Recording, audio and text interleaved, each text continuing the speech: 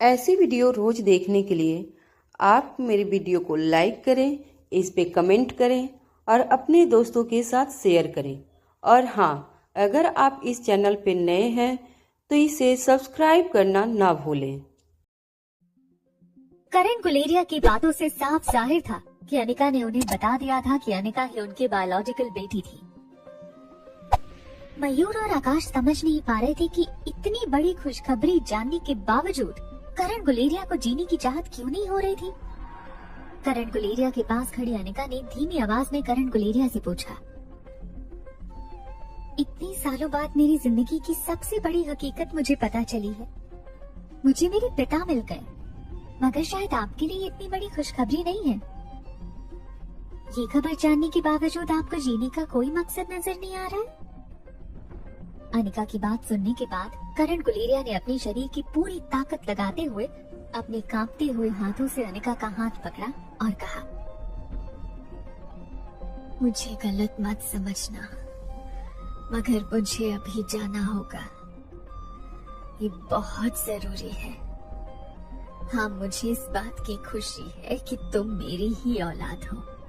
स्वाति ने मुझे धोखा नहीं दिया था, मगर मेरा यकीन मानो, इस बात की मुझे जितनी खुशी है उससे कहीं ज्यादा मैं इस बात को सोच सोच कर अपने आप को कोस रहा हूँ कि मैंने अपनी स्वाति पर विश्वास कैसे नहीं किया। कैसे सोच लिया कि वो मुझे धोखा दे सकती थी। मुझे ये कदम सालों पहले उठा लेना चाहिए था। स्वाति वहाँ अकेली होगी, मुझे भी उसके पास जाना होगा। इतने साल स्वाति ने अकेले ही बिताए होंगे। मौत के बाद की दुनिया का नाम तो मुझे नहीं पता, मगर उस दुनिया में मेरी स्वाति अकेली है, सालों से अकेली, और मुझे उसके पास जाना है, उससे माफी मांगनी है। मैंने सोच भी कैसे लिया कि मेरी स्वाति मुझे धोखा दे सकती थी। रही होंगी उसकी भी कुछ मजबूरियां जो इस तरह अचानक ही मुझे छोड़कर चली गई। जरूर कोई ऐसी बात होगी जो वो उस वक्त मुझसे नहीं शेयर कर पाई होगी। ऊपर जाकर उससे पूछूंगा कि आखिर ऐसी क्या मजबूरी थी जो मुझसे इतना प्यार करने के बावजूद मेरे साथ जिंदगी नहीं बिता पाई। करण गुलेरिया की बातें सुनकर आकाश, मयूर और अनिका की आंखों से आंसू बहने लगे।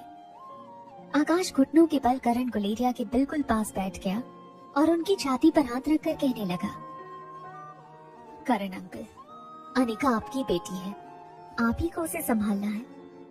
इतना बड़ा बोझ मेरे कंधे संभाल नहीं पाएंगे। मैं जो कुछ भी सीखा हूँ वो आप ही से सीखा हूँ।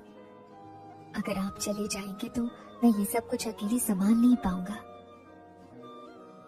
आकाश की आंखों में अपने लिए प्यार देखकर करण गुलेरिया ने आकाश के कंधे पर धीरे से अपना हाथ रखकर कहा, बेटा, इतना याद रखना, इतने सालों तक मैं जिंदा लाश बनकर रहा हूँ, मगर आज जब ये दुनिया छोड़कर जा रहा हूँ तो मेरे मन में कोई गिला शिकवा नहीं है, ना किसी के लिए कोई बदले की भावना और ना ही कोई अधूरी इच्छा।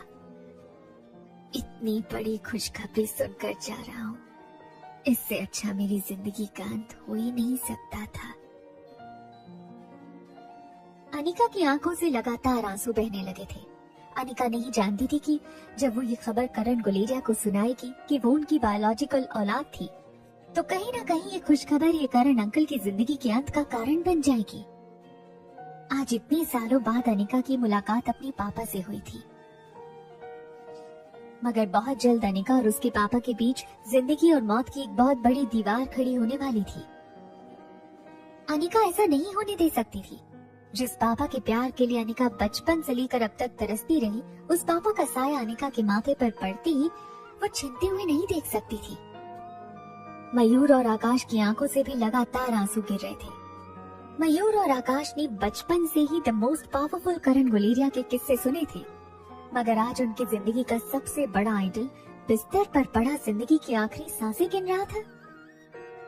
करण गुलेरिया का चेहरा बिल्कुल सूख चुका था और शरीर के अंदर बिल्कुल जान नहीं बची थी। जिसको हमेशा से गुलेरिया परिवार का सबसे ताकतवर इंसान माना जाता था, आज बिल्कुल बेबस और बेसहारा लग रहा था।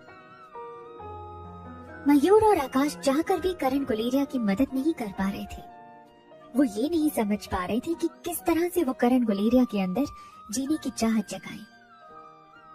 तभी रोती हुई आवाज में मयूर करण गुलेरिया से कहने लगा, देखिए अंकल, अगर आप चले गए ना तो इतना याद रखिएगा कि मैं आपकी बेटी को बहुत परेशान करूंगा। उसे इतना परेशान करूंगा कि उसे अपने पापा की याद आएगी, और जब उसे अपने पापा की याद आएगी तब अगर आप उसके साथ नहीं रहोगे तो जरा सोचिए क्या हालत होगी आपकी बेटी की। मयूर की बात सुनकर आकाश भी फूट फूट कर रोने लगा। आकाश गुलेरिया हमेशा काफी काम और कंपोज्ड रहता था। कभी आकाश के चेहरे पर किसी ने ज्यादा इमोशंस नहीं देखे थे, मगर आज आकाश पूरी तरह से टूट चुका था। वो अपने आंसू रोक नहीं पा रहा था। मयूर की बात सुनते ही आकाश भी करण गुलेरिया से कहने लगा, जरा सोचिए, अगर आपके चले जाने के बाद गुलेरिया परिवार की सारी जायदाद मैंने हड़प कर ली और आपकी बेटी को अपने सारे अधिकारों से दूर कर दिया तो क्या होगा उसका। आकाश के मुंह से जब ये सारी बातें निकल रही थी तब उसकी आंखों से लगातार आंसू बह रहे थे। करण गुलेरिया ने आकाश और मयूर दोनों की ओर देखकर एक हल्की सी मुस्कान देते हुए कहा, मैं जानता हूँ तुम दोनों ऐसा कभी नहीं करोगे। अपने चाचा की बात सुनते ही मयूर और आकाश छोटे बच्चों की तरह सिसक कर रोने लगे। आकाश और मयूर दोनों अपने अंकल से रिक्वेस्ट करने लगे, प्लीज अंकल, हमें छोड़कर मत जाइए, we need you, please uncle. मगर करण गुलेरिया बार बार एक ही बात दोहरा रहे थे, मुझे माफ करना मेरे बच्चों, मगर मुझे जाना होगा। मुझे जल्द से जल्द किसी के पास पहुंचना है, उससे माफी मांगनी है। तभी अचानक अनिका की आवाज मयूर और आकाश के कानों पर पड़ी। अनिका ने बड़ी ही सख्त आवाज में मयूर और आकाश से कहा, मुझे कुछ देर इनसे अकेले में बात करनी है। जब मयूर और आकाश ने पास खड़ी अनिका को देखा तब अनिका बिल्कुल इमोशनलेस करण गुलेरिया के बिस्तर के पास खड़ी थी। अनिका की आंखों में ना कोई आंसू थे और ना ही कोई नमी थी। आकाश ये बात अच्छी तरह जानता था कि अनिका बचपन से करण गुलेरिया के साथ नहीं रही थी, बस कुछ ही दिनों का संबंध था उन दोनों का। हो सकता है अनिका करण गुलेरिया के साथ इमोशनली अटैच ना हुई हो और इसी वजह से शायद जिंदगी की आखिरी सांसें गिन रही करण गुलेरिया को देखकर भी अनिका के मन में कोई इमोशंस नहीं जाग रहे थे। आकाश जानता था कि अनिका करण गुलेरिया की बेटी थी, इसीलिए इस वक्त अनिका की बात मानने के अलावा आकाश गुलेरिया के पास और कोई रास्ता नहीं था। आकाश एक हाथ से मयूर को सहारा देते हुए ऑपरेशन थिएटर से बाहर ले जाने लगा। दरवाजे के पास पहुंचकर एक आखिरी बार आकाश ने मुड़कर ऑपरेशन टेबल पर लेटे हुए करण गुलेरिया की ओर देखा। अनिका धीरे से चलकर उनके टेबल के बिल्कुल नजदीक पहुंच गई। अनिका ने करण गुलेरिया से कहा, काफी प्यार करते हैं आप अपने दोनों भतीजों से? इस बात पर हताश होते हुए करण गुलेरिया ने भारी आवाज में अनिका से कहा, मगर मैं एक बाप होने का फर्ज निभा नहीं पाया, इस बात का मुझे अफसोस है। अनिका ने बड़ी ही सख्ती से ऑपरेटिंग टेबल पर पड़े करण गुलेरिया की ओर देखा और कहा, अब वक्त आ गया है कि आप अपनी जिम्मेदारियों को पूरा करें। ये कहने के बाद अनिका धीरे से झुककर करण गुलेरिया के कान में कुछ कहने लगी। जब अनिका की बात पूरी हुई तो करण गुलेरिया हैरान होकर अनिका की ओर देखने लगे। ऑपरेटिंग थिएटर का दरवाजा बंद होने से पहले आकाश गुलेरिया ने करण गुलेरिया के मुंह से निकलती एक बात सुनी। करण गुलेरिया ने अनिका से कहा, ये क्या कह रही हो तुम? क्या ये सच है? कुछ मिनटों तक आकाश और मयूर ऑपरेशन थिएटर के बाहर खड़े अनिका का इंतजार करते रहे। तभी अचानक ऑपरेशन थिएटर का दरवाजा खुला और कुछ लोग करण गुलेरिया को एक स्ट्रेचर पर बाहर ले आए। करण गुलेरिया की आंखें बंद थीं और उनके शरीर को देखते हुए ऐसा लग नहीं रहा था कि उनके शरीर में जान बाकी थी। लाल लाल आंखों से आकाश स्ट्रेचर के ठीक पीछे खड़ी अनिका को देखने लगा। तभी मयूर अनिका के पास जाकर अनिका से पूछने लगा, क्या हुआ है करण अंकल को? क्या करण अंकल? इससे पहले कि मयूर गुलेरिया अपनी बात पूरी करता, अनिका ने मयूर की बात काटते हुए कहा, नहीं कुछ नहीं हुआ है उन्हें, वो अभी जिंदा है। आकाश ने राहत की सांस लेते हुए अनिका से कहा, तो क्या ये अब बिल्कुल ठीक हो गए हैं? अनिका ने अपनी नजरें झुकाते हुए आकाश से कहा, ऐसा नहीं कह सकते। अभी मैंने उन्हें 2 इंजेक्शन दिए हैं। फिलहाल उनकी जान को कोई खतरा नहीं है, मगर इनका शरीर बहुत कमजोर पड़ चुका है। कितना ही ताकतवर शेर क्यों ना हो, मगर उसका शरीर जब जवाब दे जाता है तब उसके शेर होने की कोई अहमियत नहीं रह जाती। इन्हें कुछ दिन आराम करना होगा। इतना याद रहे कि इन्हें किसी भी तरह का डिस्टर्बेंस ना हो पाए। आकाश ने बड़ी उम्मीद से अनिका की ओर देखते हुए पूछा, तो क्या मैं ये समझूं कि अब करण अंकल खतरे से बाहर है? अनिका ने आकाश की आंखों में आंखें डालते हुए कहा, ऐसा तो तुम किसी 25 साल के हेल्दी नौजवान के बारे में भी नहीं कह सकते। ये मत भूलना कि जिंदगी से ज्यादा अनप्रेडिक्टेबल इस दुनिया में और कुछ नहीं। मैं तुम्हें कुछ मेडिसिनल रेसिपीज लिख देती हूँ। कुछ दिनों तक लगातार इन्हें सिर्फ यही खिलाई जाए, और ध्यान रहे और कोई भी चीज इनके शरीर के अंदर न जाने पाए। कुछ वक्त के लिए इनकी जिंदगी से खतरा टल जाएगा। आकाश अनिका की बात को पूरी तरह समझ नहीं पा रहा था। आकाश ने अनिका से पूछा, और कुछ वक्त के बाद क्या होगा? अनिका ने स्ट्रेचर पर पड़े करण गुलेरिया की ओर देखते हुए कहा, अगर मेरी कही हुई रेसिपी और मेरे कहे हुए प्रिकॉशंस तुमने फॉलो किए तो मैं ये कह सकती हूँ कि मेरी ट्रीटमेंट के पूरा होने के बाद ये बिल्कुल अपनी नॉर्मल जिंदगी गुजार पाएंगे। किस्मत में लिखी जिंदगी जरूर जिएंगे ये कहने के बाद अनिका अपने फोन में कुछ टाइप करने लगी। कुछ देर फोन में टाइपिंग करने के बाद अनिका ने वो पूरा नोट आकाश के फोन पर फॉरवर्ड कर दिया। जब आकाश ने अनिका के लिखे हुए मेडिसिनल रेसिपी और देखभाल करने के नियम पढ़े तो आकाश ने अनिका से कहा, मैं अभी कुछ और लोगों को अंकल की देखभाल के लिए लगा देता हूँ, जो फ्रेश मेडिसिनल रेसिपी बनाकर अंकल को देंगे। तुमने जो कुछ भी लिखा है वो सब फॉलो होगा, ये मैं तुमसे वादा करता हूँ। करण गुलेरिया को स्पेशल वार्ड में शिफ्ट किया गया। अनिका, मयूर और आकाश भी हॉस्पिटल स्टाफ के साथ करण गुलेरिया के स्पेशल वार्ड में दाखिल हुए। तीनों बिस्तर पर लेटे करण गुलेरिया को देखने लगे। तभी मयूर ने अनिका से पूछा,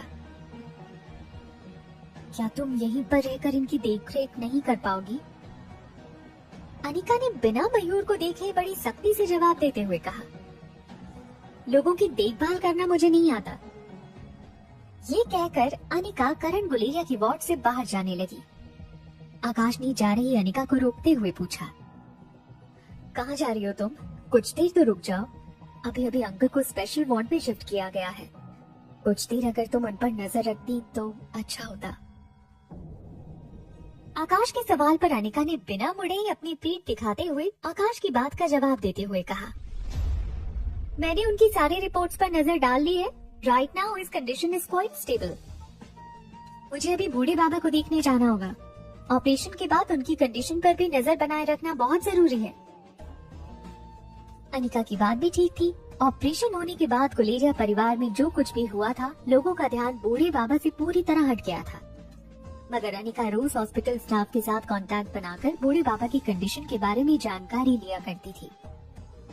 बूढ़े बाबा लाइफ केयर हॉस्पिटल के 4th फ्लोर पर जनरल वार्ड में एडमिट थे। अनिका उनके वार्ड में जाकर उनके सारे रिपोर्ट एक के बाद एक चेक करने लगी। बूढ़े बाबा के इलाज में अभी थोड़ा वक्त और लगने वाला था। उनके पागलपन का इलाज करना इतना आसान नहीं था, मगर अनिका की उम्मीदें कायम थी। मयूर जनरल वार्ड के बाहर खड़ा अनिका का इंतजार कर रहा था। जैसे अनिका बाहर आई, मयूर अनिका को लेकर गुलेरिया हाउस चला गया। अनिका सीधे अपने बेडरूम में गई, जहाँ नन्हा सा आर्यन स्टडी टेबल पर बैठकर हमेशा की तरह अपने मैथ्स वर्कशीट को लेकर कुछ प्रॉब्लम सॉल्व कर रहा था। अनिका को बेडरूम में आता हुआ देखकर आर्यन ने मुड़कर अनिका को देखा और पूछा, मॉम, क्या बहुत जल्द मुझे श्रेया मासी को श्रेया मामी कहकर बुलाना होगा? अनिका आर्यन के मुंह से ये बात सुनकर शॉक हो गई।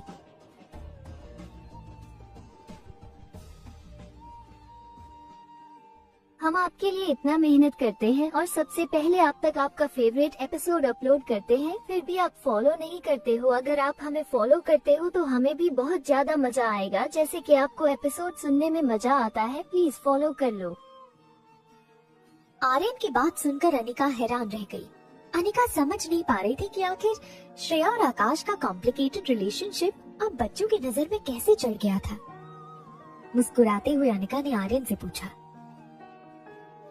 क्या तुम्हें अच्छा लगेगा अगर तुम श्रेया मासी को श्रेया मामी कहकर बुलाओगे तो? नन्ही से आर्यन ने कुछ देर सोचने के बाद अपनी नाक खुजाते हुए कहा,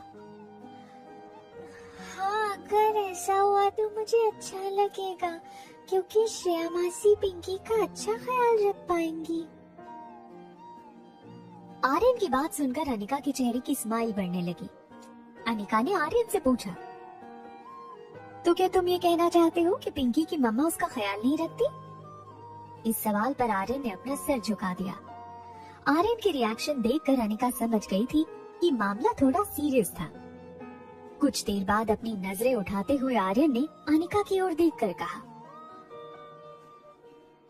नहीं, पिंकी की मम्मा उसे प्यार नहीं करती। आर्यन की बात सुनकर अनिका भी सीरियस हो गई। अनिका ने पास पड़ी चेयर उठाई और आर्यन के स्टडी टेबल के पास आकर बैठ गई। अनिका ने आर्यन से पूछा, देखो आर्यन, सच सच बताओ, तुम क्या जानते हो पिंकी और उसकी मम्मा की रिलेशनशिप के बारे में?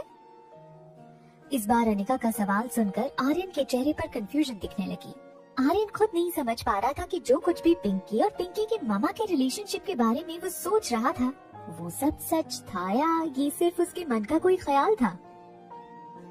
आर्यन ने कुछ देर सोचने के बाद अनिका से कहा, मॉम, अगर आपको पता चले कि रिया को मोबाइल पर गेम खेलना बहुत पसंद है, तो क्या आप उसे मोबाइल गेम कभी नहीं खेलने दोगी? आर्यन के सवाल पर अनिका ने तुरंत जवाब देते हुए कहा, नहीं, मैं उसे खेलने देती हूँ। हाँ, पढ़ाई के वक्त पर पढ़ाई और खेल के वक्त पर खेल, हर चीज का डिसिप्लिन होना चाहिए। अनिका का जवाब सुनते ही आर्यन ने चुटकी बजाते हुए अनिका से कहा, You're right, मगर आप हमेशा के लिए उसे गेम खेलने से दूर करेंगे? अगर मुझे क्रिकेट खेलना पसंद है तो क्या आप मुझे बैट और बॉल से हमेशा के लिए दूर कर देंगे? अचानक आर्यन इस तरह के सवाल क्यों कर रहा था, ये बात अनिका खुद नहीं समझ पा रही थी। मगर अनिका जानना चाहती थी कि आखिर ये सारे सवाल करके आर्यन अनिका को क्या बताना चाहता था। इसलिए आर्यन के सवाल का जवाब देते हुए अनिका ने कहा, जरूर खेलने दूंगी, मगर तुम ये सब क्यों पूछ रहे हो? आर्यन की उम्र सिर्फ 6 साल की थी। उसे अपनी बात किस तरह से अनिका के सामने प्रेजेंट करनी चाहिए वो समझ नहीं पा रहा था। कुछ देर सोचने के बाद आर्यन ने अनिका से कहा, मॉम, पिंकी की मम्मी उसे डांस नहीं करने देती, जबकि पिंकी को डांस करना बहुत पसंद है। आर्यन की ये बात सुनते ही अनिका के चेहरे पर स्माइल आ गई। अनिका ने आर्यन को समझाते हुए कहा, देखो, अगर पिंकी की मॉम उसे डांस करने से मना करती है तो वो शायद उसके अच्छे के लिए होगा, ताकि पिंकी का ध्यान पढ़ाई से हट ना जाए, या फिर शायद पिंकी को कोई कमजोरी हो जिसकी वजह से पिंकी की मॉम उसे डांस नहीं करने देती। अनिका की बात काटते हुए आर्यन ने कहा, नहीं मॉम, ऐसा नहीं है, Pinky is fit to dance. Dad भी मेरे साथ बहुत स्ट्रिक्ट है, मगर मैं जानता हूँ स्ट्रिक्ट होने के बावजूद वो मुझसे प्यार करते हैं। अगर मैं कुछ देर खाना न खाऊं तो वो मेरी हर जिद मान लेते हैं, मगर पिंकी की मम्मी ऐसी नहीं है। वो पिंकी के साथ बहुत अजीब तरह का बिहेव करती है, ना कभी पिंकी को प्यार से बुलाती है, ना कभी प्यार से बात करती है, हमेशा ही पिंकी को नीचा दिखाने की कोशिश करती है। आर्यन की बातें सुनकर अनिका के चेहरे की हैरानी बढ़ने लगी थी। अनिका समझ नहीं पा रही थी कि आखिर कोई माँ अपनी बच्ची के साथ इस तरह का बिहेवियर कैसे कर सकती थी। अनिका ने मन में सोचा कि हो सकता था कि आर्यन को किसी चीज को लेकर गलतफहमी हो गई हो। अनिका ने आर्यन की पीठ पर हाथ रखते हुए धीमी आवाज में पूछा, बेटा, क्या ये सारी बातें तुमसे पिंकी ने कही हैं? अनिका के मुंह से पिंकी का नाम सुनकर आर्यन को घबराहट होने लगी। आर्यन को इस बात का डर था कि कहीं इस मामले में पिंकी का नाम शामिल ना हो जाए। अगर ऐसा हुआ तो पिंकी की मामा उसे पहले से ज्यादा नफरत करने लगेंगी। इसीलिए आर्यन ने बड़ी ही धीमी और सॉफ्ट आवाज में अनिका से कहा, नहीं मॉम, ऐसा नहीं है, पिंकी ने मुझे कुछ नहीं बताया, ये सारी बातें तो मैं ही फील करता हूँ, हो सकता है कि मैं जो कुछ भी सोच रहा हूँ वो गलत हो, मगर एक बात मैं पूरे कॉन्फिडेंस के साथ कह सकता हूँ कि पिंकी की मम्मा उसे उस तरह से प्यार नहीं करती जिस तरह आप और डैड मुझे और रिया को करते हो। अनिका को ये बात कहने के बाद आर्यन फिर से अपनी मैथमेटिकल वर्कशीट में अपने मैथ्स के सम सॉल्व करने लगा, मगर अनिका गहरी सोच में डूब चुकी थी। कोई माँ अपने बच्चे के साथ इस तरह का व्यवहार कैसे कर सकती थी? अनिका जानती थी कि नताशा और आकाश के बीच में संबंध अच्छे नहीं थे, इसलिए शायद नताशा पिंकी से काफी वक्त तक दूर रही थी। मगर अनिका ये बात भी अच्छी तरह जानती थी कि चाहे कपल के बीच में कितनी भी कड़वाहट हो जाए, कोई भी माँ अपने बच्चे को उस कड़वाहट का शिकार नहीं बनने दे सकती थी। Sunshine international school. श्रेया जब स्कूल से बाहर निकली तब अचानक ही उसे ऐसा महसूस हुआ जैसे कोई चुपके से उसका पीछा कर रहा था। श्रेया ने उस बात पर खास ध्यान नहीं दिया। श्रेया ने अपनी कार के रिमोट से कार को अनलॉक किया। जैसी श्रेया ड्राइविंग सीट पर बैठी, पैसेंजर सीट का दरवाजा खुला और जबरदस्ती कोई श्रेया की कार के अंदर बैठ गया। इससे पहले कि श्रेया अपने आप को बचाने के लिए चिल्लाती, श्रेया की नजर अपने बगल में बैठे आकाश पर पड़ी। श्रेया को समझ नहीं आ रहा था कि आकाश इस तरह चोरों की तरह श्रेया की गाड़ी में क्यों घुस आया था। आकाश की इस हरकत पर श्रेया का चेहरा गुस्से से लाल हो गया था।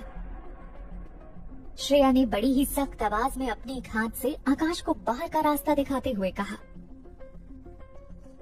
मिस्टर गुलेरिया, अभी के अभी मेरी कार से बाहर उतर जाइए। ये किस तरह की बेहुदा हरकत है?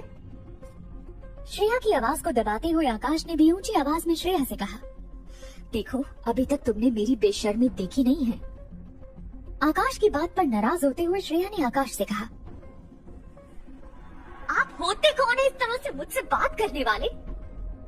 आकाश ने बिना सोचे जवाब देते हुए कहा, मैं तुम्हारा एक्स बॉयफ्रेंड हूँ और इस वक्त मैं मेरी एक्स गर्लफ्रेंड के साथ कुछ बात करना चाहता हूँ। अगर मुझे गाड़ी से उतारने की कोशिश की तो चिल्ला चिल्ला कर सभी लोगों को यहाँ इकट्ठा कर लूंगा, फिर सबको हमारे रिलेशनशिप के बारे में पता चल जाएगा। और अगर तुम ऐसा नहीं चाहती हो तो चुपचाप गाड़ी ड्राइव करने लगो। आकाश ने श्रेया को पूरी तरह से ट्रैप कर लिया था।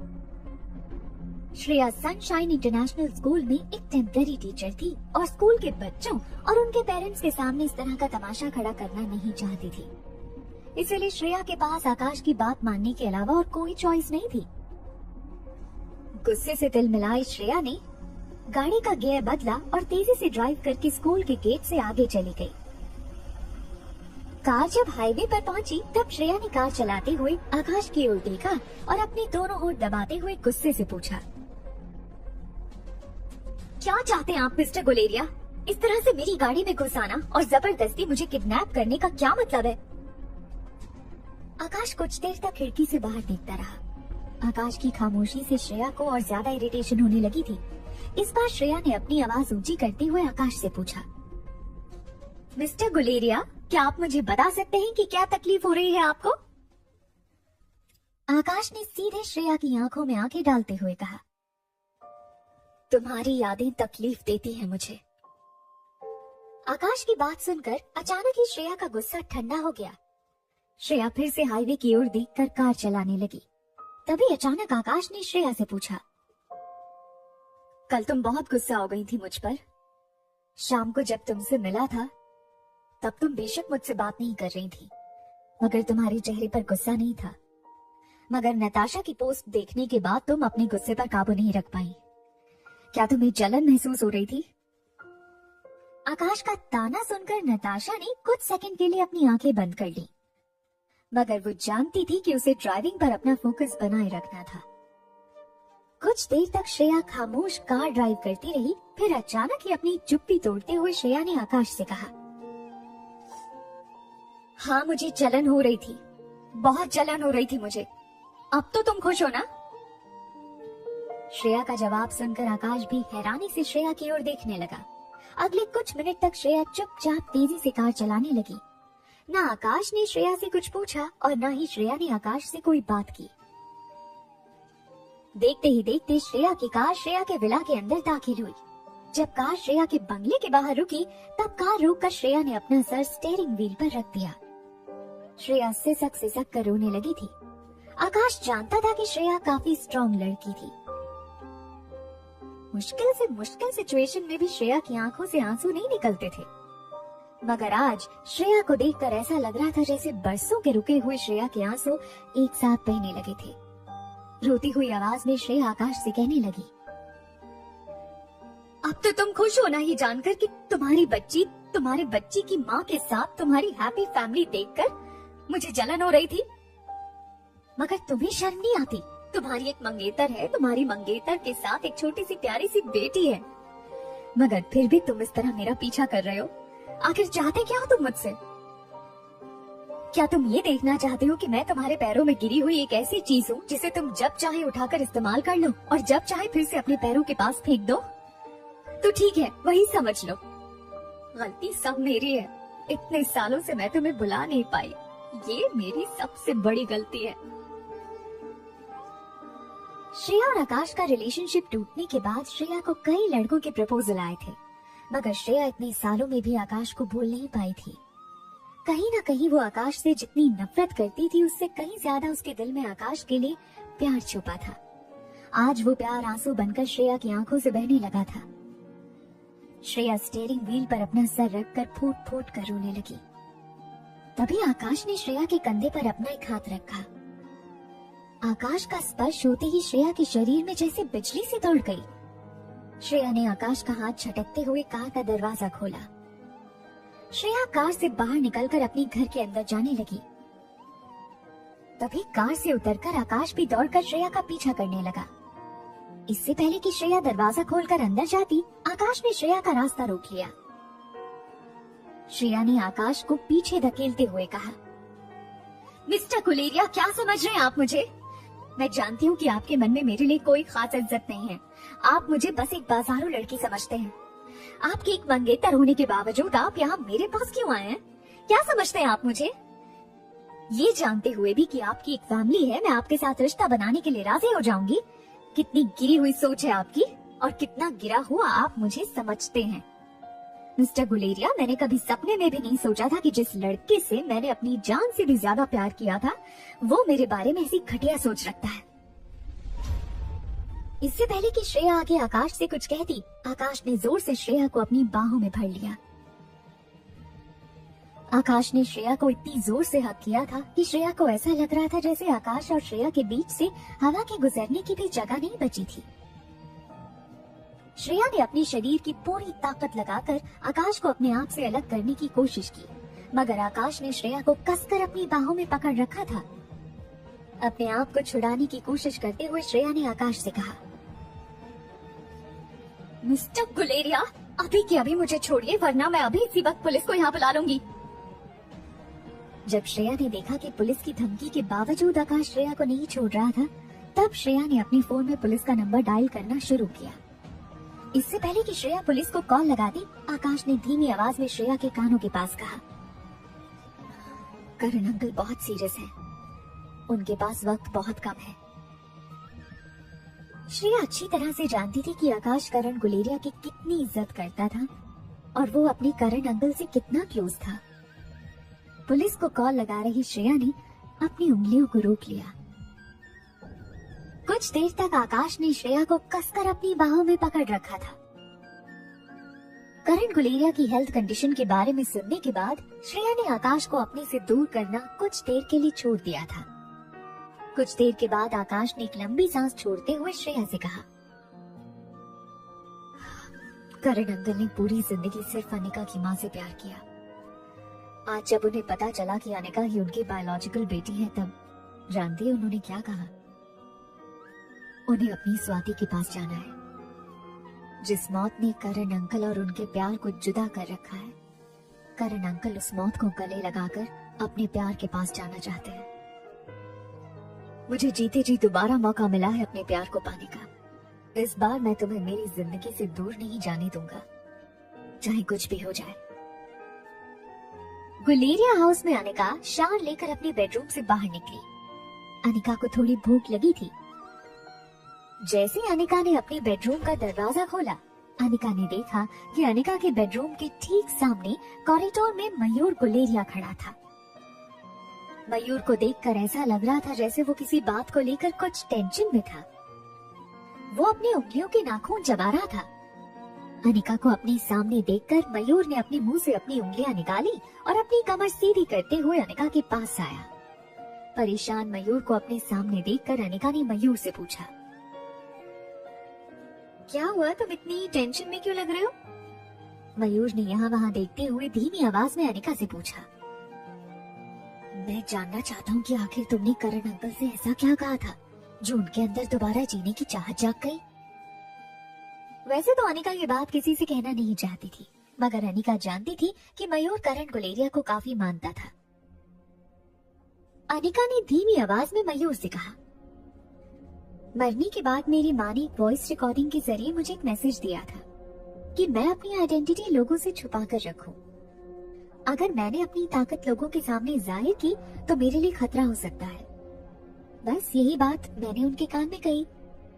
मैं जानती थी कि वो मनी मन ये समझते थे कि तुम और आकाश मिलकर मेरी हिफाजत कर पाओगे, मगर जब मैंने उनसे ये बात कही तब उन्हें ऐसा लगा कि एक बाप होने के नाते उन्हें मुझे प्रोटेक्ट करना होगा, उस अनजान खतरे से जो शायद कई सालों पहले मेरी माँ ने महसूस कर लिया था। और शायद इसी वजह से उनके अंदर जीने की चाहत फिर से जाग गई, ताकि वो मुझे उस अनजान खतरे से प्रोटेक्ट करें जिससे मेरी माँ मुझे बचाकर रखना चाहती थी। अनिका की बात सुनकर मयूर गुलेरिया शॉक हो गया। मयूर समझ नहीं पा रहा था कि आखिर कोई इंसान किसी से इतना प्यार कैसे कर सकता है कि उस इंसान के मरने के बाद भी उसकी जिम्मेदारियों को अपनी जिम्मेदारी समझकर पूरा करे। आज मयूर गुलेरिया के सामने ये बात भी साफ हो गई थी कि क्यों उसकी बहन अनिका अपनी आइडेंटिटी छुपा कर रखती थी, चाहे वो डॉक्टर अमृता की आइडेंटिटी हो या ब्रह्मपुत्र एकेडमी की दीदी वाली आइडेंटिटी। वैसे तो मयूर गुलेरिया जिस दीदी का इतना बड़ा फैन था, उस दीदी को प्रोटेक्शन की कोई जरूरत नहीं थी, मगर अनिका को प्रोटेक्शन देने के बहाने अगर करण गुलेरिया को जिंदगी मिलती हो तो मयूर के लिए इससे अच्छी तरकीब और कोई नहीं हो सकती थी। अचानक ही चुटकी बजाते हुए मयूर ने अनिका से कहा, तुम फिक्र मत करना बहन, तुम्हारी आइडेंटिटी छुपाने में तुम्हारा ये भाई तुम्हारी मदद करेगा। श्रेया के विला के दरवाजे के बाहर आकाश ने कसकर श्रेया को अपनी बाहों में जकड़ रखा था। धीमी सांसें लेते हुए आकाश ने श्रेया के कानों के पास कहा, करण अंकल अपनी जिंदगी की आखिरी सांसें ले रहे थे, तब भी उनकी जुबान पर सिर्फ एक ही नाम था, स्वाति। पता है उन्हें जिंदगी में सबसे ज्यादा अफसोस किस बात का है? उन्हें अफसोस सिर्फ इस बात का है कि उन्होंने अपने प्यार, अपनी शादी को खुद से दूर होने दिया। जिंदगी की आखिरी सांसें लेते हुए भी उन्हें अफसोस सिर्फ इस बात का था कि वो उनसे प्यार के साथ नहीं रह सके। उनकी आंखों में जो अफसोस दिख रहा था, वो अफसोस मरते वक्त मैं नहीं महसूस करना चाहता। मुझे सिर्फ और सिर्फ तुम्हारी याद आई श्रेया। मैं तुम्हें खोने नहीं दे सकता। मैं तुम्हें शब्दों में बयां नहीं कर सकता कि मैं तुम्हें कितना चाहता हूँ, तुम्हें कितना मिस करता हूँ। अगर मैं जिंदगी में पिंकी के बाद किसी को सबसे ज्यादा प्यार करता हूँ तो वो सिर्फ तुम हो। आकाश की बातें धीरे धीरे श्रेया को पिघलाने लगी थी। श्रेया की आंखों से आंसू आकाश के कंधे पर गिरने लगे थे। श्रेया जानती थी कि इस तरह आकाश की बाहों में पिघलना ठीक नहीं था, क्योंकि आकाश न सिर्फ पिंकी का बाप था, मगर वो नताशा का मंगेतर भी था। बंद आंखों से श्रेया ने आकाश को आखिर वो सवाल पूछ ही लिया जो शायद उसे नहीं पूछना चाहिए था। श्रेया ने आकाश से पूछा, क्या तुम अपने आप को मेरी और नताशा के साथ बांटना चाहते हो? ये सवाल सुनते ही बिना वक्त गवाए आकाश ने श्रेया से कहा, नताशा मेरी जिंदगी में है ही नहीं, ना मैं उससे प्यार करता हूँ और ना ही नताशा की मेरी जिंदगी में कोई अहमियत है। आकाश की बात सुनकर श्रेया हैरान रह गई। आकाश ने अपनी बात आगे बढ़ाते हुए श्रेया से कहा, मैं सच कहता हूँ, मुझे आज भी नहीं याद है कि मैं किस तरह नताशा के साथ उस रात बिस्तर पर पहुंच गया था। वो भूल मुझसे कैसे हो गई ये मैं नहीं जानता। मुझे शक है कि शायद मुझे ट्रैप किया गया था। मैंने नताशा को अपनी जिंदगी में जगह सिर्फ इसलिए दी क्योंकि वो पिंकी की माँ थी। ना ही मैंने नताशा के साथ कोई संबंध रखे थे और ना ही कोई रिश्ता। हाँ, ये बात जरूर सच है कि मैंने उसे अपने घर में जगह दी थी, क्योंकि मैं नहीं चाहता था कि नन्ही से पिंकी बगैर माँ के बड़ी हो। इसलिए मैंने नताशा के साथ सिर्फ एक समझौता किया था कि जब तक पिंकी 5 साल की नहीं हो जाती हम एक दूसरे के मंगेतर बनकर एक ही घर में रहेंगे। जब पिंकी समझदार हो गई तब मैंने नताशा को घर से और अपनी जिंदगी से हमेशा हमेशा के लिए बाहर कर दिया। मैं ये नहीं जानता कि मैंने नताशा के साथ जो कुछ भी किया वो सही था या गलत, मगर मैं एक बात अच्छी तरह से जानता हूँ, मेरी जिंदगी में तुम्हारे लिए जो जगह है वो मैं किसी और को नहीं दे सकता।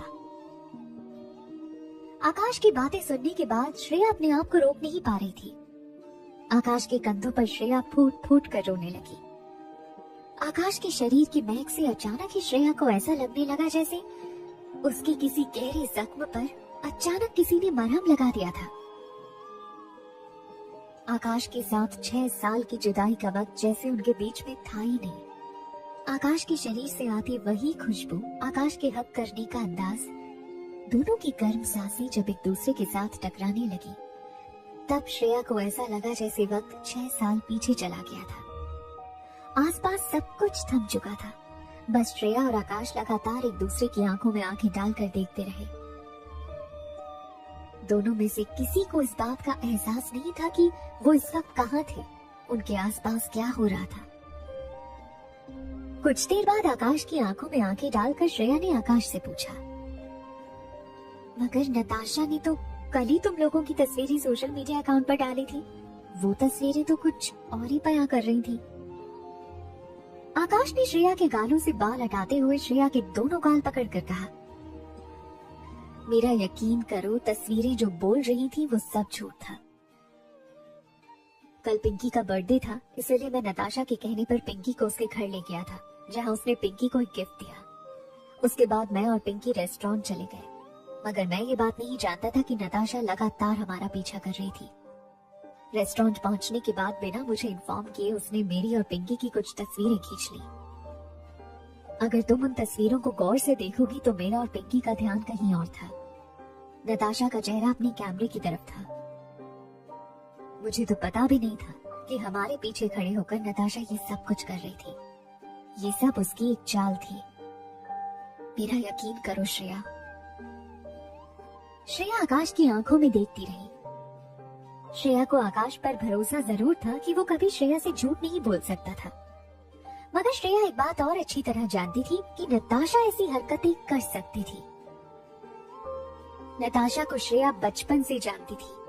नताशा जो करती थी और जो दिखाती थी उसमें जमीन आसमान का फर्क था। आकाश ने श्रेया के गालों पर हाथ घुमाते हुए कहा, जानती हो पिछले 6 सालों में मैं सबसे ज्यादा खुश कब हुआ?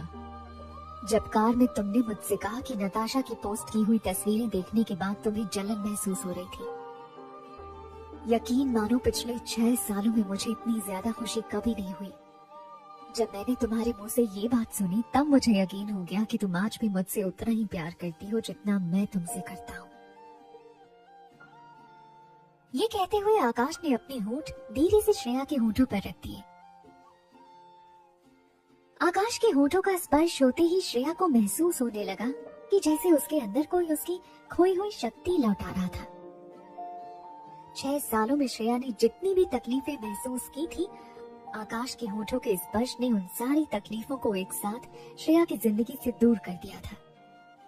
श्रेया अभी भी ये समझ नहीं पा रही थी कि वो जो कुछ भी कर रही थी वो सही था या गलत। उसे ये तक नहीं पता था कि वो आकाश के साथ रिश्ता जोड़कर पिंकी के साथ ठीक कर रही थी या नहीं। आकाश के साथ रिश्ता जोड़कर श्रेया की खोई हुई खुशियां उसकी जिंदगी में जरूर वापस लौट आती, मगर श्रेया अपने खोए हुए बच्चे को ढूंढे बिना ही अपनी जिंदगी में किसी भी तरह की खुशियां नहीं पाना चाहती थी। आकाश और श्रेया के बंगले के ठीक बाहर पैशनेट किस में डूबे हुए थे। दोनों को आसपास की दुनिया का कोई होश नहीं था। तभी अचानक उन्हें गेट की दीवार से टकराने की आवाज सुनाई दी। दोनों ने एक दूसरे से अलग होते हुए गेट की ओर देखा। गेट पर सावित्री खड़ी थी। सावित्री की आंखें फटी हुई थी और उसका मुंह खुला हुआ था। श्रेया और आकाश की ओर देखते हुए सावित्री अचानक ही अटकती हुई आवाज में कहने लगी, माफ करना, मैंने कुछ नहीं देखा। मतलब मैंने देखा लेकिन मैं किसी से कहूंगी नहीं। मेरा मतलब है कि मैंने जो कुछ भी देखा है वो नहीं देखा है। समझिए, दरअसल मुझे आयशा मैडम ने कहा था कि अगर श्रेया घर पर हो तो वो उनसे मिलना चाहती है, मगर मैं आयशा मैडम से कह दूंगी कि श्रेया इस वक्त घर पर तो है मगर वो बिजी है। आप लोग अपना रोमांस जारी रखिए। माफ कीजिएगा, मेरी वजह से आप लोगों को तकलीफ हुई। ये कहते हुए तेजी से सावित्री श्रेया के विला से निकलकर बाहर चली गई। सावित्री ने श्रेया को किस करते हुए देख लिया था। ये बात सोच सोचकर श्रेया के गाल लाल हो गए थे। श्रेया को काफी एम्बैरेसमेंट हो रही थी। श्रेया ने दबी हुई आवाज में आकाश से कहा, मुझे लगता है हमें अंदर चलकर बात करनी चाहिए। अपने होंठ पोंछते हुए आकाश ने श्रेया से कहा, ठीक है चलो। जैसे ही आकाश श्रेया के साथ विला के अंदर दाखिल हुआ, आकाश ने श्रेया से कहा, तुम अभी अभी काम से आई हो, मुझे लगता है तुम्हें भूख लगी होगी।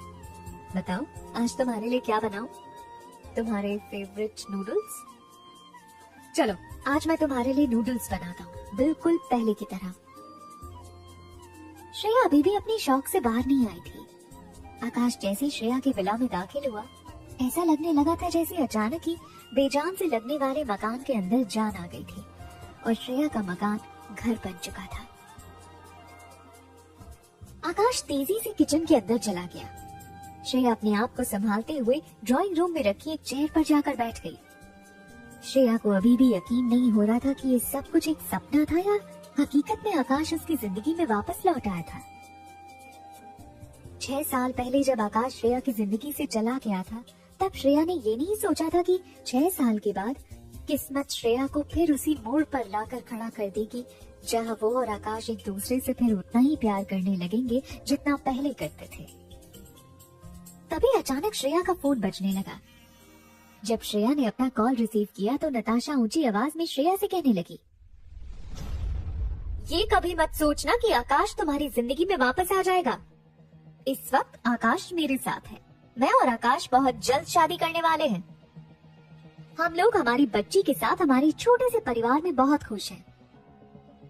अब सपने देखना छोड़ दो कि आकाश कभी तुम्हारी जिंदगी में वापस आएगा। नताशा की ये बात सुनते ही एक पल के लिए श्रेया की सांसें रुक गईं। श्रेया दौड़कर किचन की ओर गई। किचन में कोई नहीं था।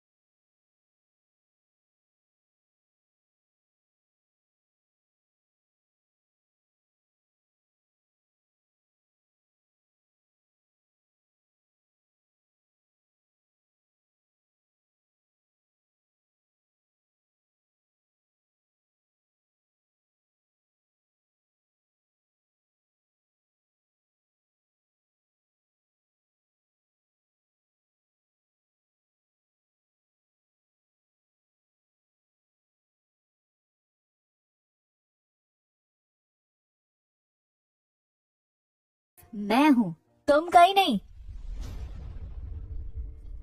नताशा की बात सुनते ही श्रेया धीरे से आकाश के पास गई और स्पीकर फोन के जरिए श्रेया ने नताशा से पूछा, अगर ऐसी बात है तो चलो हम आकाश से ही पूछ लेते हैं कि आखिर क्या रिश्ता है तुम्हारा मिस्टर आकाश गुलेरिया के साथ। ये कहने के बाद श्रेया ने फोन आकाश के मुंह के बिल्कुल बगल में रख दिया और आंखों में आंखें डालकर आकाश को देखने लगी। आकाश ने श्रेया की आंखों में आंखें डालते हुए मुस्कुराकर बड़े ही कॉन्फिडेंस के साथ नताशा को जवाब देते हुए कहा, मिस नताशा, तुम्हारे साथ मेरी मंगनी टूट चुकी है और आई होप कि अब तुम मुझे और डिस्टर्ब नहीं करोगी। मैं इस वक्त काफी बिजी हूँ। ये कहने के बाद आकाश ने श्रेया से पूछा, वेल मैडम श्रेया, बताइए आप नूडल्स कैसे पसंद करेंगी? मशरूम सॉस के साथ या फिर अंडों के साथ? आकाश के सवाल पर श्रेया मुस्कुराकर स्पीकर फोन के पास आकर कहने लगी, मिस्टर आकाश, क्या आप भूल गए मेरी पसंद क्या है? आप अच्छी तरह जानते हैं कि मैं नूडल्स अंडों के साथ पसंद करती हूँ और मशरूम ग्रेवी के साथ। श्रेया की बात पर अपना सर झुकाते हुए आकाश ने कहा, जी मैडम, 10 मिनट में आपका ये शेफ आपके लिए खाना टेबल पर सर्व कर देगा। ये कहकर आकाश फिर से खाना बनाने में बिजी हो गया। श्रेया ने नताशा से फोन पर कहा, मिल गया तुम्हें जवाब? कुछ देर फोन से नताशा की कोई आवाज नहीं आई। फिर अचानक नताशा ने अपनी आवाज ऊंची करते हुए फोन पर कहा, बकवास कर रही हो तुम? आकाश तुम्हारे साथ कैसे हो सकता है? 6 साल हुए तुम्हारे रिलेशनशिप टूटे हुए। इतने सालों में कभी वो तुम्हारे पास नहीं आया तो अब कैसे आ सकता है? हो सकता है तुम्हारे साथ जो लड़का हो उसकी आवाज आकाश की आवाज से मिलती हो, मगर मुझे यकीन है कि वो आकाश नहीं है। नताशा की बात सुनते ही श्रेया के चेहरे पर मुस्कान आ गई। श्रेया ने अचानक ही वॉइस कॉल को वीडियो कॉल में बदलकर कैमरा खाना पका रहे आकाश की ओर मोड़ दिया। आकाश ने शेफ वाली टोपी पहन रखी थी और अपनी फॉर्मल शर्ट के ऊपर एप्रन पहन रखा था। उसके हाथों में छुरी थी और वो गैस के ठीक बगल में सब्जियां काट रहा था। शहर का सबसे ताकतवर बिजनेसमैन आकाश गुलेरिया को इस तरह बावर्ची की तरह श्रेया के घर में खाना पकाते हुए देखकर नताशा के होश उड़ गए। पिछले 5 सालों से नताशा गुलेरिया हाउस में आकाश के साथ रहती थी, मगर आकाश ने कभी भी नताशा को अपने कमरे में कदम तक नहीं रखने दिया था। हमेशा ही नताशा के साथ चिड़चिड़े स्वभाव में बात करता। खाना पकाना तो बहुत दूर की बात थी, आकाश नताशा को कभी डिनर के लिए किसी रेस्टोरेंट भी नहीं ले गया था। फिर श्रेया ने कैमरा अपनी ओर मोड़ते हुए नताशा को हाय कहा। फिर अपना पूरा किचन दिखाते हुए श्रेया ने नताशा से कहा, ये देखो, दरअसल मेरे किचन में जो मेड इस वक्त काम कर रहा है उसकी शक्ल और आवाज हूबहू आपके एक्स मंगेतर आकाश गुलेरिया के साथ मिलती है। क्या लगता है आपको हूबहू मेरे घर का मेड आकाश गुलेरिया की तरह ही दिखता है ना? इस बात पर आकाश ने बड़े प्यार से अपना सर झुकाकर श्रेया से कहा, मैडम 10 मिनट के अंदर आपका ये गुलाम आपके लिए आपका फेवरेट खाना बनाकर डाइनिंग टेबल पर सजा देगा।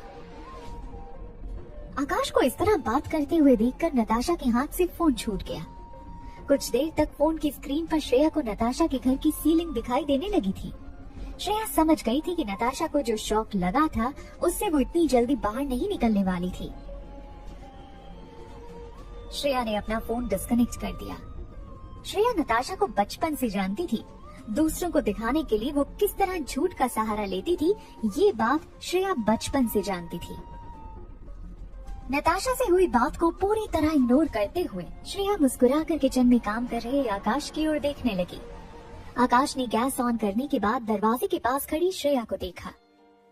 श्रेया और आकाश की नजरें जैसी मिली, श्रेया को ऐसा लगा जैसे उसके बदन में किसी ने बिजली का झटका दे दिया हो। धीरे से एप्रन निकालते हुए आकाश श्रेया के पास आया और दोनों हाथों से श्रेया के कंधों को पकड़कर कहने लगा, मैडम मुझे लगता है खाना तैयार होने में अभी भी 8 मिनट का वक्त बाकी है। ये कहने के बाद आकाश धीरे से अपने होंठ श्रेया के होंठों के पास ले जाने लगा। श्रेया ने ऐन वक्त पर आकाश को पीछे धकेल दिया और मुस्कुराकर अपने बेडरूम की ओर चली गई। जब श्रेया चेंज करके फिर से ग्राउंड फ्लोर पर अपनी ड्राइंग रूम में आई तो आकाश ने डाइनिंग टेबल पर एक के बाद एक बोल में खाना सजाना शुरू कर दिया था।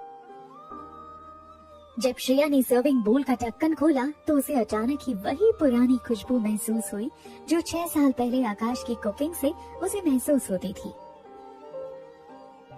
6 साल बीत गए थे जब पिछली बार आकाश ने श्रेया के लिए श्रेया का मनपसंद खाना बनाया था, मगर ऐसा लग रहा था जैसे 6 साल का वक्त गुजर जाने के बाद भी सब कुछ वैसा का वैसा ही था।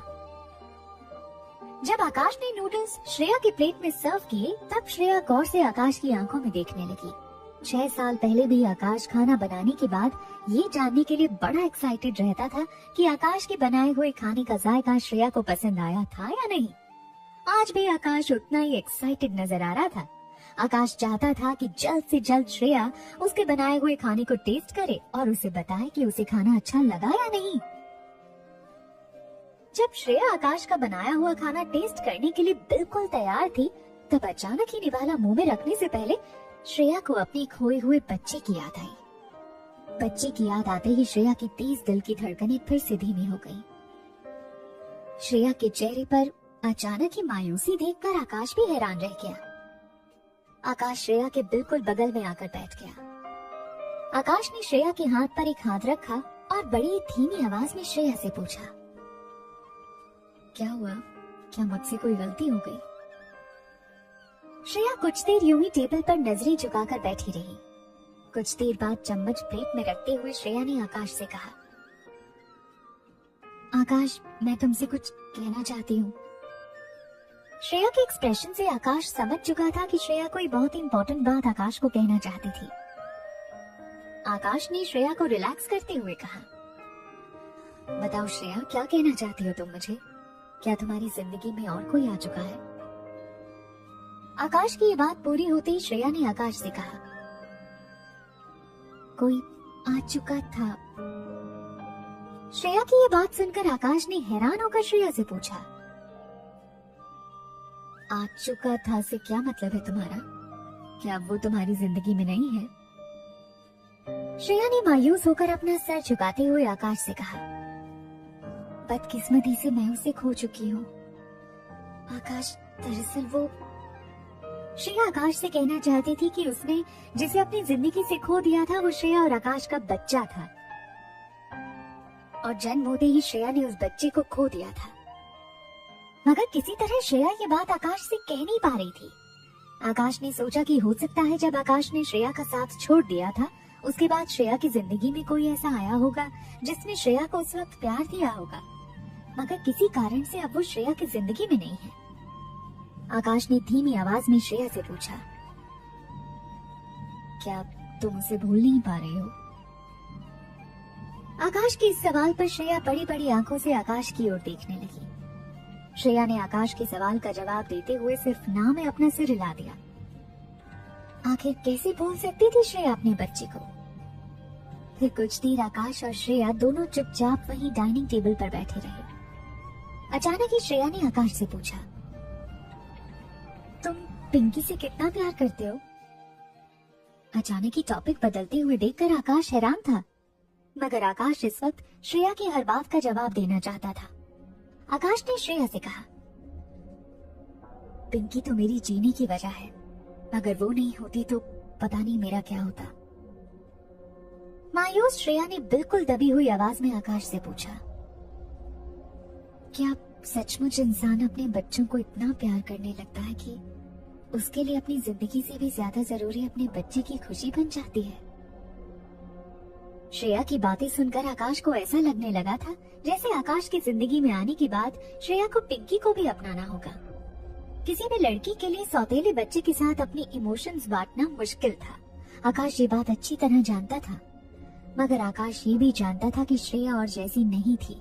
वो जरूर पिंकी को समझेगी और उसे भी वही प्यार देगी जो श्रेया अपने खुद के बच्चे को देती। मगर आकाश ने अपना सर झुकाकर धीमी आवाज में श्रेया से कहा, मैं जानता हूँ पिंकी को एक्सेप्ट करना तुम्हारे लिए मुश्किल होगा, मैं तुम्हें फोर्स भी नहीं करूंगा, मगर मैं इतना जरूर कहूंगा कि पिंकी बहुत ही इनोसेंट बच्ची है। उसके साथ कुछ दिन गुजारोगी तो तुम्हें भी उससे प्यार हो जाएगा। आकाश मनी मन ये सोचकर घबराने लगा कि कहीं श्रेया उसे ये न कह दे कि अगर आकाश श्रेया के साथ जिंदगी बिताना चाहता है तो उसे पिंकी को अपनी जिंदगी से दूर करना होगा। आकाश चाहे श्रेया को जितना भी प्यार करता हो, वो पिंकी को अपने से कभी दूर नहीं कर सकता था। तभी श्रेया ने आकाश के हाथ पर अपना हाथ रखते हुए कहा, नहीं नहीं आकाश, तुम मुझे गलत समझ रहे हो। पिंकी वाकई बहुत स्वीट बच्ची है, कभी किसी को परेशान नहीं करेगी, ये मैं अच्छी तरह जानती हूँ। मगर यहाँ बात पिंकी की नहीं है, बात हमारे। इसके बाद अचानक से आगे बात करने से श्रेया ने अपने आप को रोक लिया और अचानक ही प्लेट उठाकर किचन की ओर जाने लगी। जब आकाश ने श्रेया का पीछा किया तो उसने आकाश से कहा, मिस्टर गुलेरिया, बहुत देर हो चुकी है, मुझे लगता है अब आपको घर जाना चाहिए। आकाश समझ चुका था कि श्रेया अब आगे बात करने के मूड में नहीं थी। कोई ऐसी चीज थी जिससे श्रेया बहुत अपसेट हो गई थी। काफी सालों बाद आकाश और श्रेया के बीच में नजदीकियां बढ़ने लगी थी। आकाश जल्दबाजी करके सब कुछ बिगाड़ना नहीं चाहता था, इसलिए श्रेया की बात मानते हुए आकाश ने टेबल से अपनी कार की चाबी ली और मेन डोर से विला के बाहर निकल गया। जब आकाश की कार के जाने की आवाज श्रेया के कानों तक पहुंची, तब श्रेया धीरे से अपनी विला के बाहर आई। श्रेया वहीं गार्डन में आकाश में टिमटिमाते हुए तारों को देखकर बैठ गई।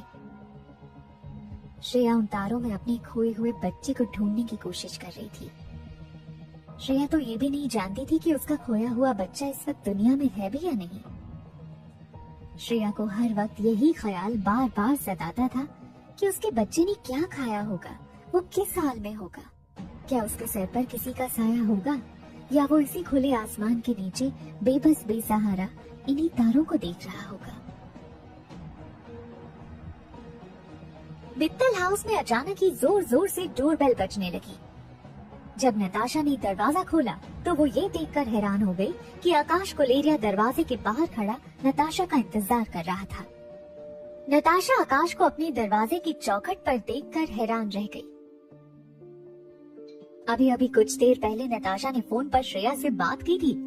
नताशा ने देखा था कि किस तरह आकाश श्रेया के लिए खाना बना रहा था। फोन पर आकाश ने नताशा से बड़ी ही रूडली कह दिया था कि उसे आकाश की लाइफ में दोबारा दखल देने की कोई जरूरत नहीं थी।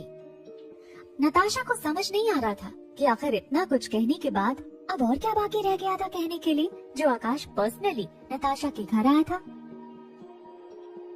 आकाश के जाने की खबर सुनते ही मिस्टर एंड मिसेस मित्तल भी दौड़कर दरवाजे पर आ गए। नताशा के पापा प्रकाश मित्तल ने आकाश को देखते हुए कहा, अरे आकाश बेटा, आप आइए। अगर कुछ काम था तो हमें गुलेरिया हाउस बुला लिया होता, यहाँ तक आने की तकलीफ क्यों उठाई। नताशा की माँ संध्या मित्तल भी आकाश को देखकर एक बड़ी सी मुस्कान देने लगी और फिर बड़े प्यार से आकाश से कहा, हाँ बेटा आइए अंदर आइए। बार बार बुलाने पर भी आकाश वहीं दरवाजे के पास खड़ा रहा। आकाश की आंखें लगातार दरवाजे के पास खड़ी नताशा पर बनी हुई थी। कॉलेज के दिनों में जब भी नताशा आकाश की कत्थई आंखों को देखती थी, नताशा आकाश की आंखों में डूब जाती थी। कॉलेज की कई लड़कियां आकाश की पर्सनालिटी की दीवानी थी, उन्हीं में से एक नताशा थी। मगर जब लड़कियों को पता चला कि आकाश की पहली पसंद श्रेया थी, तो सभी लड़कियों का दिल टूट गया था। मगर नताशा ने आकाश को पाने की उम्मीदें कायम रखी थी। मगर आज नताशा को आकाश की कत्थई आंखों में देखकर कॉलेज वाला प्यार नहीं बल्कि डर महसूस हो रहा था। नताशा के ठीक पीछे खड़ी संध्या और प्रकाश मित्तल बार बार आकाश को घर के अंदर बुला रहे थे, मगर जब उन्होंने देखा कि आकाश दरवाजे पर खड़ा हुआ बिना पलके झपकाए गुस्से से नताशा को देख रहा था, तब प्रकाश मित्तल ने बड़ी ही सॉफ्ट आवाज में आकाश से पूछा, बेटा क्या हुआ? क्या हमारी नताशा से कोई गलती हो गई? अगर ऐसी बात है तो मुझसे कहिए, मैं आपको यकीन दिलाता हूँ कि दोबारा नताशा आपको कभी तकलीफ नहीं पहुँचाएगी। आखिर आप लोग बहुत जल्द शादी करने वाले हो। हर कपल के बीच में छोटी मोटी नोकझोंक तो चलती ही रहती है, मगर आप फिक्र मत कीजिए, मैं नताशा को समझा दूंगा, आपको दोबारा कोई परेशानी नहीं होगी। नताशा के पापा आकाश मित्तल अच्छी तरह जानते थे कि नताशा बचपन से बहुत जिद्दी और घमंडी लड़की रही थी। आए दिन स्कूल से और कॉलेज से नताशा की कोई ना कोई कंप्लेंट जरूर घर आती थी। मगर नताशा संध्या और प्रकाश की इकलौती बेटी थी, इसलिए हजारों कंप्लेंट के बावजूद उन्होंने नताशा को लाड प्यार करना कम नहीं किया था। संध्या मित्तल ने जब प्रकाश मित्तल के साथ शादी की थी, तब 1 साल की श्रेया संध्या की गोद में थी। प्रकाश ने संध्या को अपनाने के साथ साथ श्रेया को भी अपना लिया था, मगर नताशा के जन्म के बाद दोनों ने श्रेया को पूरी तरह इग्नोर करके अपना सारा प्यार नताशा को दे दिया था। जब नताशा और श्रेया बड़े हो रहे थे, तब नताशा आए दिन श्रेया की कोई ना कोई कंप्लेंट करती रहती थी और संध्या भी हर बार श्रेया को ही दोषी ठहराती थी। श्रेया के पिताजी संध्या को सालों पहले छोड़कर चले गए थे। श्रेया की माँ को कहीं ना कहीं श्रेया के पापा पर चिढ़ थी और उनका गुस्सा वो नन्ही सी श्रेया पर उतारती रहती थी। साल दर साल श्रेया और संध्या के बीच के फासले बढ़ते गए और अब संध्या ने अपने दिल से श्रेया को हमेशा के लिए निकाल दिया था। संध्या के मन में उसकी सिर्फ एक ही बेटी थी और वो थी नताशा। कुछ देर तक जब आकाश यूं ही दरवाजे पर खड़ा हुआ नताशा को घूरता रहा, तब आकाश के पिताजी प्रकाश मित्तल ने फिर एक बार आकाश से कहा, बेटा प्लीज अंदर आइए, आपको जो भी बात करनी है अंदर आराम से चलकर कीजिए। अगर आप चाहें तो हम अपने कमरे में चले जाते हैं, आखिर आप दोनों के बीच का मामला है। प्रकाश मित्तल की इस बात पर आकाश ने बड़ी ही सख्त आवाज में प्रकाश मित्तल से कहा, जब हमारे बीच कोई रिश्ता ही नहीं रहा तो फिर अंदर आकर बात करने की मुझे कोई जरूरत नहीं लगती। आकाश की बात सुनकर संध्या और प्रकाश दोनों हैरानी से नताशा को देखने लगे। नताशा के चेहरे की घबराहट और ज्यादा बढ़ने लगी थी। नताशा किसी से नजर नहीं मिला पा रही थी। तभी आकाश ने नताशा के पीछे खड़े नताशा के माँ बाप से कहा, क्या आपकी बेटी ने ये बात भी छुपाई है आपसे? प्रकाश मित्तल आकाश के पास आकर बड़े ही पोलाइटली पूछने लगा, बेटा क्या बात है, हमें तो कुछ नहीं पता, ये आप क्या कह रहे हैं? तभी आकाश ने अपने दोनों हाथ अपनी जेब में डालते हुए अपनी कमर सीधी करके प्रकाश मित्तल से कहा, मैंने आपकी बेटी के साथ अपनी सगाई तोड़ दी है। ये बात आपकी बेटी ने आपसे छुपाई है, इसलिए मैंने सोचा कि सच बोलकर आपके सामने ये खुलासा कर दूं। आकाश गुलेरिया की बात सुनकर प्रकाश और संध्या के होश उड़ गए। अटकती हुई आवाज में प्रकाश मित्तल आकाश से कहने लगा, देखिए आकाश बेटा, अगर नताशा से कोई गलती हुई है तो मैं आपको यकीन दिलाता हूँ कि दोबारा ऐसा नहीं होगा। आखिर शादी ब्याह का मामला है, इतनी जल्दी किसी भी तरह का डिसीजन लेना सही नहीं रहेगा। तभी आकाश ने अपने ब्लेजर की जेब से एक कॉन्ट्रैक्ट निकालकर प्रकाश मित्तल के हाथ में रख दिया और कहा, इस कॉन्ट्रैक्ट को गौर से पढ़ लीजिए। सालों पहले मैंने आपकी बेटी के साथ ये कॉन्ट्रैक्ट किया था। जब तक पिंकी 5 साल की नहीं हो जाती तब तक मैं इसे अपनी मंगेतर बनाकर गुलेरिया हाउस में रख लूंगा, मगर पिंकी के 5 साल पूरे होते ही हमारी ये कॉन्ट्रैक्ट एंगेजमेंट खत्म हो जाएगी। नताशा ने ये बात आज तक अपने पेरेंट्स से छुपाई थी। नताशा ने सोचा था कि एक बार नताशा को गुलेरिया हाउस में एंट्री मिल जाए तो 5 साल के अंदर वो जरूर आकाश के दिल में अपनी जगह बना लेगी, मगर ऐसा कुछ हुआ नहीं था। और आज आकाश उस कॉन्ट्रैक्ट को लेकर नताशा के पेरेंट्स के सामने खड़ा था। आकाश ने अब मुद्दे पर आते हुए आकाश मित्तल और संध्या मित्तल से कहा, आपकी बेटी मेरा पीछा कर रही थी, मुझे बिना बताए मेरी प्राइवेट लाइफ में दखल अंदाजी कर रही थी। अगर आइंदा ऐसा हुआ तो मैं इसे पुलिस के हवाले कर दूंगा। आकाश की ऐसी बात सुनकर संध्या और प्रकाश मित्तल दोनों का दिल बैठ गया, मगर प्रकाश मित्तल इतनी आसानी से आकाश गुलेरिया के साथ अपनी बेटी का रिश्ता टूटने नहीं दे सकता था। प्रकाश मित्तल ने इस बार अपनी आवाज में थोड़ी नरमी कम करते हुए आकाश से कहा, बेटा आप सोच रहे हो इतना आसान नहीं है मेरी बेटी को आपकी जिंदगी से दूर करना। आखिर पिंकी नताशा की सगी बेटी है, आप एक माँ को अपनी बेटी से इस तरह दूर नहीं कर सकते। प्रकाश मित्तल ने ये बात भले ही काफी नरमी से कही थी, मगर आकाश को उनकी इस बात में धमकी की बू आ रही थी। आकाश ने प्रकाश मित्तल की आंखों में आंखें डालकर कहा, मित्तल साहब जरा ये बताइए, गुलेरिया रिफाइनरी से कितने पेट्रोल पंप चलते हैं आपके शहर में? और हाँ, गुलेरिया पावर से आपकी सारी कंपनीज में इलेक्ट्रिसिटी ठीक से तो पहुंच रही है ना? मुझे पता चला है कि आपने काफी टाइम से आउटस्टैंडिंग बिल नहीं चुकाए हैं। आपका दोस्त होने के नाते अब तक मैंने आपकी कंपनी को कोई नोटिस नहीं भेजे। आकाश की बात सुनकर प्रकाश मित्तल के हाथ पांव ठंडे हो गए।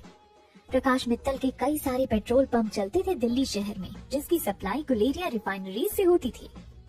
यहाँ तक कि प्रकाश मित्तल ने खोले हुए नए मैन्युफैक्चरिंग के कारोबार में गुलेरिया पावर ने उनकी काफी मदद की थी। गुलेरिया इंडस्ट्रीज की मदद के बिना प्रकाश मित्तल का दिल्ली में बिजनेस करना नामुमकिन था। प्रकाश मित्तल ने अपना टोन बदलते हुए आकाश गुलेरिया से कहा, बेटा मैं जानता हूँ अगर तुम नताशा से नाराज हो तो जरूर उसने कोई गलती की होगी, मगर मैं आपसे हाथ जोड़कर विनती करता हूँ, मेरी बेटी को अपनी बच्ची से दूर मत कीजिए। प्रकाश मित्तल की इस बात पर कुछ देर सोचने के बाद आकाश ने कहा, ठीक है, 5 साल बाद मैं पिंकी को विदेश भेज दूंगा नताशा से मिलने के लिए। आकाश की बात सुनकर नताशा हैरान रह गई। नताशा ने दबी हुई आवाज में आकाश से कहा, मगर मैं तो यही रहती हूँ, दिल्ली में। मुझे मिलने के लिए पिंकी विदेश क्यों जाएगी, वो भी 5 साल बाद? आकाश ने कहा, हाँ, क्योंकि यही तुम्हारी सजा है। तुम 5 साल तक बिना फैमिली फाइनेंशियल सपोर्ट के विदेश में रहोगी। उसके बाद ही मैं पिंकी को तुमसे मिलने भेजूंगा।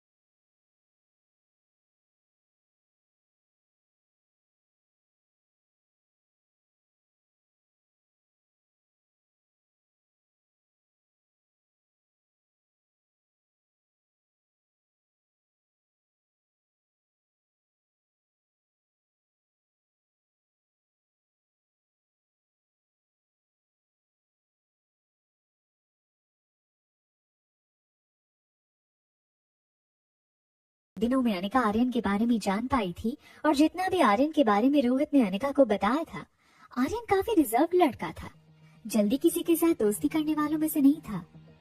मगर आज अचानक ही आर्यन ने पिंकी को अपने साथ अपनी फैमिली ट्रिप पर ले जाने की मांग की थी। जब आर्यन ने देखा कि अनिका आर्यन के सवाल से कुछ सोच में पड़ गई थी, तो अपनी बात आगे बढ़ाते हुए आर्यन ने अनिका से कहा, पिंकी का बर्थडे था कल, मुझे तो पता भी नहीं था। मैंने उसे कोई गिफ्ट भी नहीं दिया, इसीलिए मैंने सोचा कि उसे भी अपने साथ अम्यूजमेंट पार्क ले चलो। अनिका ने मुस्कुराते हुए प्यार से आर्यन के सर पर हाथ फेरा और कहा, ठीक है, जब आकाश अंकल घर आ जाएंगे तब मैं उनसे जरूर पूछूंगी। ये कहते हुए अनिका बिस्तर पर जाकर लेट गई, मगर नन्ही से आर्यन को जिस बात का शक था वही हुआ। कुछ ही मिनट में अनिका गहरी नींद में सो गई। आर्यन जानता था कि आकाश अब तक घर नहीं लौटा था, मगर वो आकाश के घर आते ही पिंकी को अम्यूजमेंट पार्क ले जाने की परमिशन लेना चाहता था। नन्ही से आर्यन ने अपनी मॉम को धीरे से चादर उड़ाई और बेडरूम के बाहर चला गया। काफी रात हो चुकी थी, घर के नौकर चाकर भी सर्वेंट क्वार्टर में जाकर सो गए थे। इतने बड़े घर में नन्ही से आर्यन को नीचे जाते हुए काफी डर लग रहा था। किसी तरह आर्यन नीचे हॉल में बनी सोफे पर जाकर बैठ गया और आकाश गुलेरिया के घर लौटने का इंतजार करने लगा।